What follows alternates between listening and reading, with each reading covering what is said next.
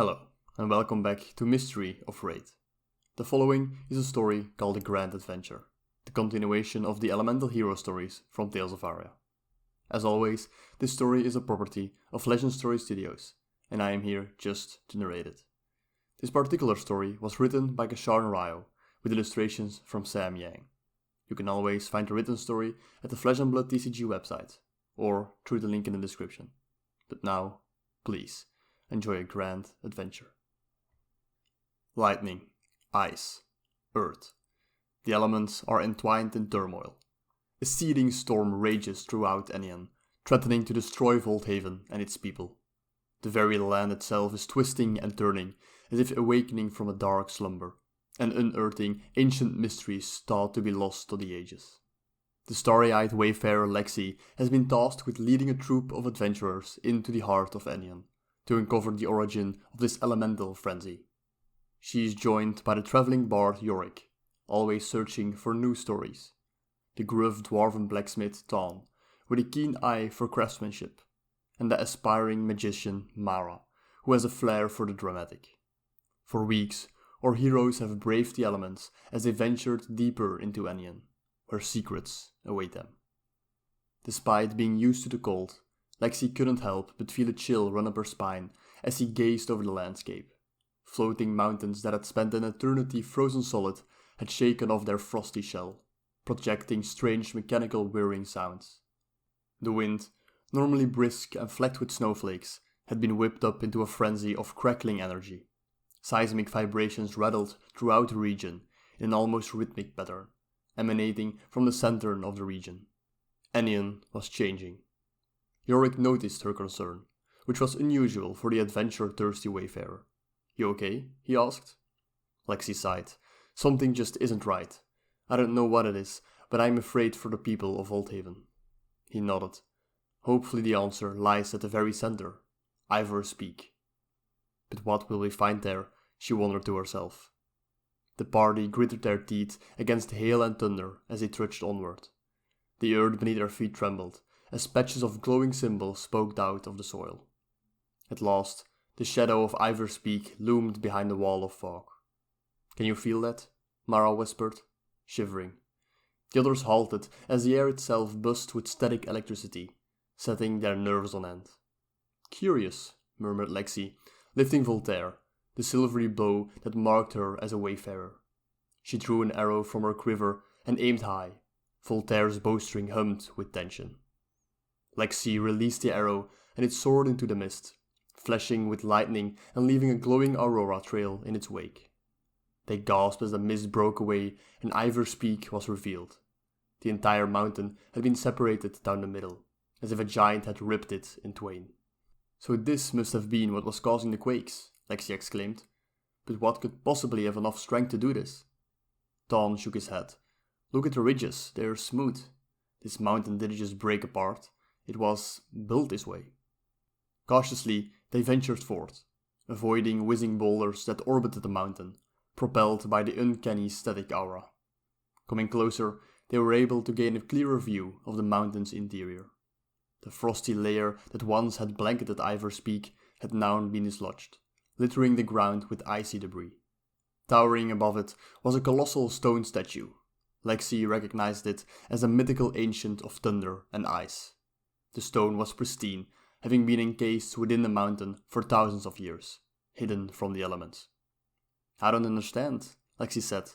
"What is this place, and why has it revealed itself now?"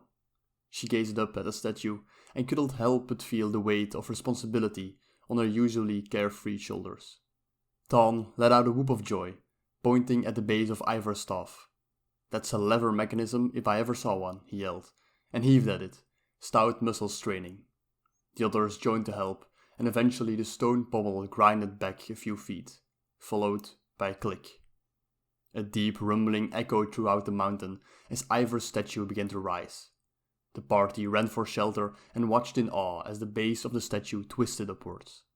Finally, it came to a halt, revealing a massive door.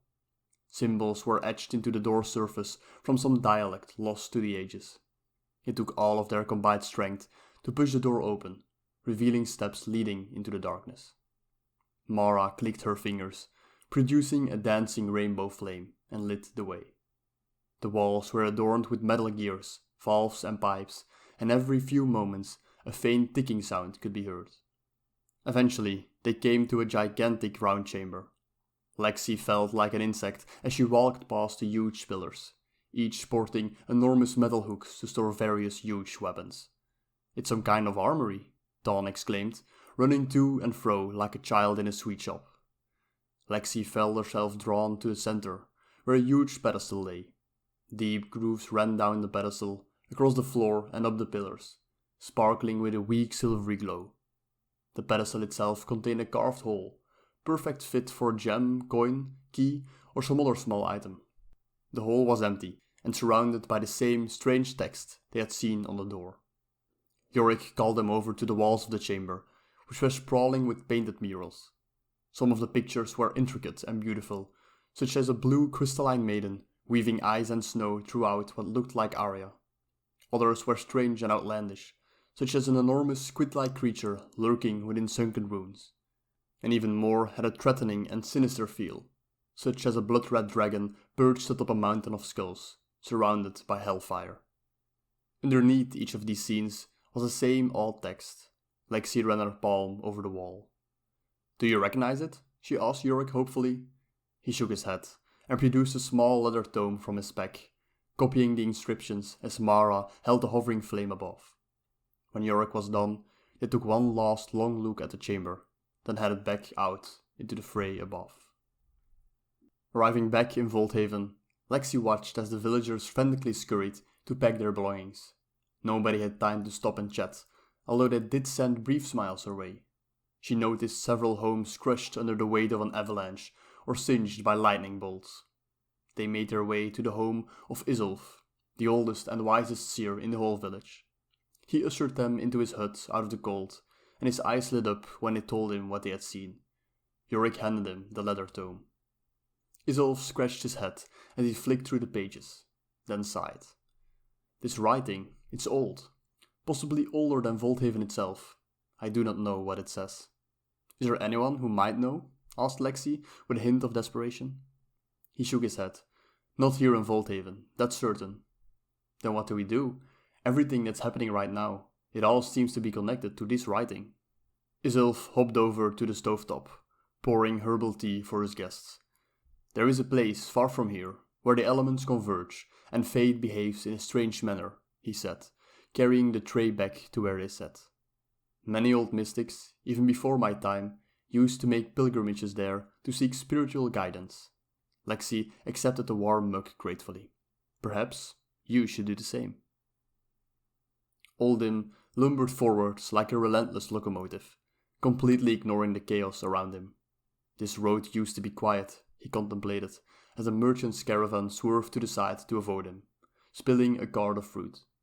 With each heavy step, his bulky frame slowly inched a little further, oblivious to the bustling traffic around him, who were trying to head in the other direction. The more impatient caravan drivers would curse out, but fell silent when they caught sight of Oldhim, meekly veering off the road to move out of his way. Those who tried to push past him were flung off their horses as the beasts reared and bucked. Of all the looks they gave him, fear, awe, anger, he noticed none. Deep in thought, Oldhim nearly stepped upon a small, crying child. For the first time since leaving his frozen slumber deep within Isenloft, Oldhim halted. The child stopped sniffling, gazing up at the Oaken One in total shock.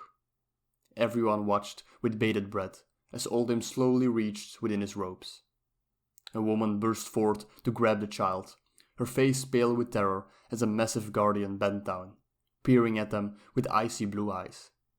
He withdrew his gloved fist and opened it, revealing a tiny hand-knitted cotton toy. The child reached out with trembling hands and clutched it close to her chest. An audible sigh of relief was heard as a mother scampered away with the now giggling child. Oldhim straightened his back, feeling the unguidedness of age, and resumed ploughing forwards. "Excuse me," said an eager voice, to which Oldhim did not grace with a response. "Hello," the voice pestered again. Oldhim drowned it out by delving deep into ancient memories. War, bloodshed, the last desperate stand against the "Hey!" The voice broke through with such conviction that Oldham stopped dead in his tracks and blinked in surprise. He glared at the bright-haired woman who had interrupted him, then caught sight of her gleaming bow. "Wayfarer," he murmured. She bowed. "You must not be from around here," she said. Oldham grunted. "Arya has changed," he said gruffly. "Changed? Do you remember a time when it was different?" she asked. Oldham stayed silent. She beckoned to one of her companions, a bard, who passed her a leather tome. "Perhaps you recognize this?" Oldham scanned the pages. The markings were old. Something about them felt familiar, but he couldn't grasp it. He shook his head and continued walking. The wayfarer continued to skip alongside him, and much to his annoyance, the bard began playing an irritating tune on his lute. "What brings you to the road to Corsham?" asked the wayfarer. "Answers," he replied. "It appears we have similar goals. My name is Lexi. Perhaps we can travel together?"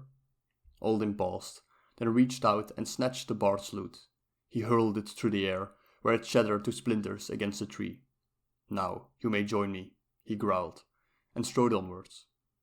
Lexi shrugged apologetically to Yorick, who grumbled and fell back to join the others. Lexi stayed at the frosty guardian's side, respectfully slowing herself to his pace. For the last time, it was an accident. Briar boiled with anger as she danced out of the path of swinging fists. The red-faced merchant continued to splutter as he punched wildly. The two circled each other as spurts of lager bursting from a nearby keg rained down on them. Briar felt a small twinge of regret at having caused the wreckage, but it was quickly replaced by fury when the man clipped her shoulder with a right hook. It wasn't her fault. Nature was wild and so was she. Briar glanced at the ruined keg, which had been pushed open by the wayward vines, then back at the sopping wet man attempting to clobber her. "Keep this up and you'll wish the keg was the only thing broken," she hissed, drawing her Rosetta Thorn from its sheath. He continued to yell gibberish and rushed at her. Red clouded Briar's judgment as she stepped back, splaying her palm. Roots burst from the earth, wrapping around the man's ankles, bringing him down like a felled tree. Briar rotated Rosetta Thorn, preparing to knock him out with his pommel, when an arrow whistled through the air, shaking between them, and thudding into the keg. A wave of cold spread from the arrow's tip, freezing the cracks and reducing the torrent of lager into a foamy drizzle. Briar stepped back in surprise. The source of the arrow, a woman with snowy hair and electric eyes, ran towards them, followed by the oddest bunch of people Briar had ever seen, including an enormous figure with a winter-white beard. The innkeeper took one glance at the stranger's glistening bow and cooled off immediately. She handed him some coins, and he waddled off. The woman turned to Briar, who scowled. "If it's thanks you're expecting, Wayfarer, then you're out of luck." The Wayfarer shook her head. "It was my pleasure, but I do want to know where such a unique flower like yourself sprang from." Briar grimaced at the use of the term flower. "I hail from Keldenhold. I am the first of my kind to venture beyond the Torrens, since we were sealed away by the essence of Devnir." "Love that for you," said the Wayfarer. "I've heard legends of the ancients. Ivor, Devnir, Ison. Perhaps you may be able to help us after all." The Wayfarer took a leather tome from one of her friends and showed it to her. Briar forced her temper into check and gazed at the pages. She did not recognize the markings, but there was something strange about them, like they were calling to her, drawing her in. She snapped the cover shut. "I've no idea." The Wayfarer's face fell. Briar turned to leave, but immediately bumped into the bearded giant, who searched her with a steely gaze for what felt like an eternity. "Rosetta," he finally mumbled. Briar turned back to the Wayfarer. "I may not be able to help you, but the Queen of Candlehold is the wisest person I know." Sparks of joy returned to the Wayfarer's face. "Fantastic. Could you lead us there?" Briar marched off. "Fine. Keep up." The party followed Briar into the woods as dusk fell behind the branches of the legendary Corsham. Yorick couldn't decide who was less fun, the stone-cold Oldham or Candlehold's sleepy queen. She sat perfectly still upon her wooden throne, face marbled like the tree bark that surrounded her. In fact, if you didn't look hard enough, you would have missed spotting her completely. Oldham stood further back within the shade, as solemn as the grave. Neither would make an interesting character in his next play, York decided. Please, Your Majesty, begged Lexi, we need to learn what the markings mean. The Queen rasped, without moving even an inch to look at her. Apologies, dear, I must have dozed off again. Our people's safety depends on it. All of Aria could depend on it. Like one blade of grass in the meadow, the Queen trailed off, not bothering to finish her sentence. Lexi exhaled in frustration. Oldhim stepped closer, scanning the Queen's restful face. My memory is clouded, he muttered. But the Rosetta, the Olin. If the Queen was surprised by his presence, she showed no signs of it. Olin, she murmured, you've been gone a long time. Oldhim's brow creased as he tried to recall what had been lost to the passage of time. The Covenant. What happened? A long silence filled the room. When the Queen finally spoke, her voice was soft, but with a hint of sadness. I do not have the answers you seek. The Queen idly waved a hand, signaling for them to leave. Briar hurled a bolt of lightning at her. Jolted awake, the Queen blinked as Briar stomped towards the throne. The trees rustle as if nervous. Animals are abandoning their homes. Something is coming, and I fear Candlehold would not be able to remain hidden. There's a reason the Wayfarer and I crossed paths. I can feel the trail calling. There was a creaking sound as the Queen tilted her head to look at Briar directly. Though her face was wizened and hardened, her eyes were kind. I will try, she crowed, gently rubbing her eyes. Lexi handed her the leather tome, and they waited impatiently as the Queen turned each page with a deliberate slowness. At last, the Queen glanced up and closed the tome. This dialect is of the Seers. Oldham's ears pricked up. Handing the tome back to Lexi, the Queen leaned back in her throne, yawning. What do you mean? Lexi frowned in confusion. We have Seers in Volthaven, but they were not able to decipher it. The Queen chuckled, a sound familiar to that of a snoring toad. Not those Seers, the Seers of old. I didn't understand. Who were the old Seers? Hidden allies, bearers of the Indigo Eye. Find them, if they still exist. Any idea where we might start looking? Asked Lexi. The Queen closed her eyes and exhaled deeply, sinking further into the wood. Back under Corsham's sprawling canopy, the heroes washed their worries away at a nearby tavern. Yorick tuned his new lute, keeping well away from Oldhim, and began strumming an enchanting melody. Dawn and Briar were locked in an arm wrestle, beads of sweat rolling down the dwarf's forehead as he strained to outmuscle her. Mara performed a magic trick for Oldhim, producing a dove from her sleeve. With an extravagant wave of her hand, she transformed it into a dazzling rainbow aether flare. The Oaken One did not crack even the slightest of grins. Lexi wandered away from the party, her mind racing with questions. Where were the Seers? Why was there an armory in the heart of Enion? What did it all mean? Her eyes were drawn to a poster tacked on a nearby wall. Challenge the showstopper for a test of might. Experience crazy brews from Aria's finest brewmaster. Have your fate foreseen by the whimsical Seers. All this and many more wonders. See it all at Everfest. She snatched the poster and returned to the group, slapping it on the table. Look, she pointed. Yorick rolled his eyes. Yes, because an ancient secret organization just happens to be conveniently advertising the location on a carnival poster. Any better ideas?